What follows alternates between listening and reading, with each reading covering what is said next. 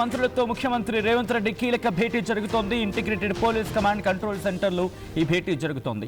పంచాయతీ ఎన్నికల ఫలితాలపై మంత్రులతో చర్చిస్తున్నారు ముఖ్యమంత్రి. ఎంపీటీసీ, జెడ్పీటీసీ ఎన్నికలకు వెళ్లాలా వద్దా అనే దానిపై సమాలోచనలు జరుపుతున్నట్టుగా తెలుస్తోంది. ఇక మంత్రుల పనితీరుపై చర్చ జరుగుతున్నట్టుగా తెలుస్తోంది. ఇక ఇప్పటికీ మంత్రుల పనితీరుపై హైకమాండ్కు రేవంత్ నివేదిక ఇచ్చారు. ఒక్కో మంత్రికి విడిగా రిపోర్ట్ ఇచ్చే అవకాశం ఉంది. అంటే ఇటు హైకమాండ్కి ఇచ్చిన రిపోర్ట్తో పాటు ఒక్కో మంత్రికి విడిగా వాళ్ళ రిపోర్ట్ని అందజేసే అవకాశం ఉందనే అనే అంశానికి సంబంధించి కూడా చర్చ జరుగుతోంది. ఇక కొందరు మంత్రులు ఆశించిన స్థాయిలో పనిచేయడం లేదని ఆరోపణలు ఉన్నాయి. మరికొంతమంది జిల్లాల్లో గ్రూపు తగాదాలను ఎంకరేజ్ చేస్తున్నట్టుగా సీఎంకు సమాచారం అందింది. మంత్రుల శాఖల మార్పుపై సంకేతాలు ఇచ్చే అవకాశం కూడా కనిపిస్తోంది. అసెంబ్లీ సమావేశాలపై మంత్రులతో చర్చించబోతున్నారు.